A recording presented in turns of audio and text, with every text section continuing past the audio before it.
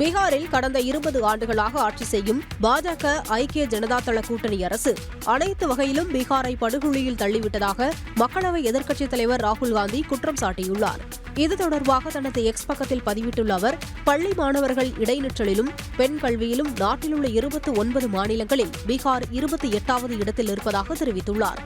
சேவைத்துறை வேலைவாய்ப்புகளில் 21வது இடத்திலும் தொழில்துறை வேலைவாய்ப்புகளில் 23வது இடத்திலும் பீகார் உள்ளதாக கூறியுள்ளார்.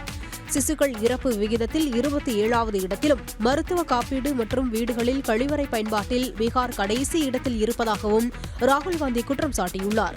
மனிதவள மேம்பாட்டிலும் தனிநபர் வருமானத்திலும் கூட பீகார் கடைசி இடத்தில்தான் உள்ளதாக ராகுல் காந்தி சுட்டிக்காட்டியுள்ளார்.